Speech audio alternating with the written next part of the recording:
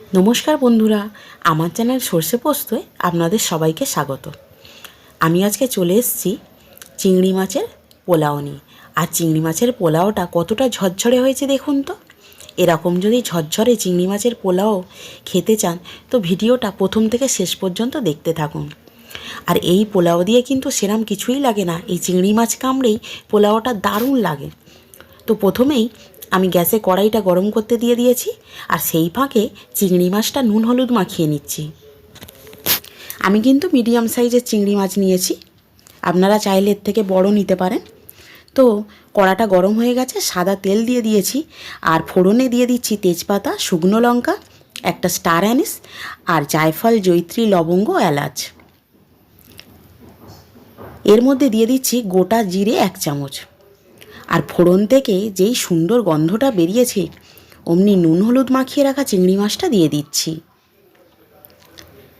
চিংড়ি মাছটা হালকা ভাজা ভাজা করে নিয়ে এবার এর মধ্যে দিয়ে দিচ্ছি একটা বড় সাইজের পেঁয়াজকে ছোট ছোট করে কুচি করে নিয়েছি, সেই পেঁয়াজ কুচিটা দিয়ে দিলাম।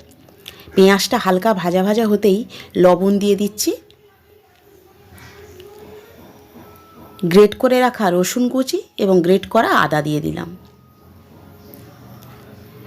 মশলার মধ্যে দিয়ে দিলাম 1/2 চামচ হলুদ, লঙ্কার গুঁড়ো, ধনে গুঁড়ো, জিরে গুঁড়ো, আর দিয়ে দিলাম সামান্য পরিমাণে জল, যাতে মশলাটা পুড়ে না যায়।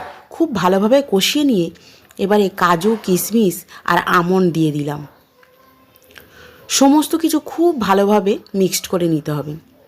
এবারে এর মধ্যে দিয়ে দিচ্ছি ফেটিয়ে রাখা টক দই। আবারও খুব ভালোভাবে আমি কষিয়ে নিচ্ছি। গ্যাসের ফ্লেমটা কিন্তু অবশ্যই মিডিয়াম ফ্লেমে রাখতে হবে। এবারে বাসমতি চালকে আমি 1/2 ঘন্টা ভিজিয়ে রেখেছিলাম, ভিজিয়ে রেখে জলটাকে ঝরিয়ে নিয়েছি। দেখুন কতটা সুন্দর ঝরঝরে হয়েছে। এবারে এই চালটা সমস্ত কিছুর সাথে খুব ভালোভাবে মিশিয়ে নিতে হবে। বেশ কষাতে কষাতে দারুণ একটা গন্ধ বেরিয়েছে। দেখুন কত সুন্দর কষানো হয়ে গেছে।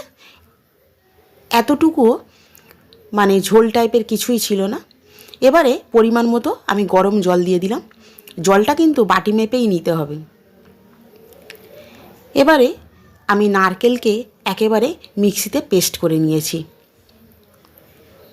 পেস্ট করা নারকেল থেকে দুধ বার করে নিয়েছি। যেহেতু চিংড়ি মাছের পোলাও, নারকেলের দুধ দিলে দুর্দান্ত টেস্ট হবে। তো সেই জন্য আমি 1 বাটি জল আর 1 বাটি নারকেলের দুধ দিয়ে দিলাম। সামান্য চিনি দিয়েছি, কিন্তু পোলাও মাত্রেই কিন্তু মিষ্টি মিষ্টি খুব ভালো লাগে। তো যাদের যাদের চিনি খেতে বারণ তারা কিন্তু দেবেন না, কিন্তু যাদের যাদের চিনি খাওয়া চলে তারা অবশ্যই পোলাওতে চিনি দেবেন। এবারে কিছুক্ষণ ফোটার পর আমি একটা লেবু দিয়ে দিচ্ছি। অবশ্যই গন্ধরাজ লেবু দিয়েছি, এতে স্বাদটা দারুণ হয় আর গন্ধটাও দুর্দান্ত হয়। আবারও আমি চাপা দিয়ে রাখছি 10 মিনিটের জন্য। তবে মাঝে মাঝে কিন্তু চাপাটা খুলে দেখে নেবেন জলের পরিমাণটা কেমন আছে। দেখুন জলটা অনেক কমে গেছে, আর ভাতটাও প্রায় অনেকটাই হয়ে গেছে। এবারে গরম মশলা আর কাঁচা লঙ্কা চেরা আমি দিয়ে দিলাম। দিয়ে খুব ভালোভাবে গরম মশলাটাকে ভাতের সাথে মিক্সড করে নিচ্ছি। এবারে ঘি দিয়ে দিচ্ছি। যেহেতু পোলাও, ঘিটা তো দিতেই হবে, আর ঘি দিলে একটা দারুণ স্বাদ হয়। পোলাও মাত্রেই কিন্তু ঘিটা অবশ্যই লাগবে, তবে অনেকের ঘিতে একটু বারণ থাকে। তো এবারে পোলাওর মধ্যে দিয়ে দিচ্ছি গোলাপ জল আর কেওড়া জল। আরে গোলাপ জল, কেওড়া জল দিলে তবেই তো হবে একটা রাজকীয় স্বাদ। চিংড়ি মাছের পোলাও বলে কথা না। জলটা অনেকটাই মরে গেছে। আবারও আমি উল্টে পাল্টে দিয়ে 5 মিনিটের জন্য দিয়ে দিচ্ছি ঢাকা। 5 মিনিট হয়ে গেছে। দেখুন বন্ধুরা, একদম জলটা প্রায় শুকনো হয়ে গেছে, আর কত সুন্দর দেখতে হয়েছে। 10-15 মিনিট স্ট্যান্ডিং টাইমে দিয়ে আমি এবারে সার্ভ করে নিচ্ছি চিংড়ি মাছের পোলাও। একেবারে ঝরঝরে হয়েছে। আর এরকম ঝরঝরে পোলাও খেতে গেলে অবশ্যই এইভাবে বানিয়ে নেবেন। আর কেমন লাগলো রেসিপিটা জানাবেন।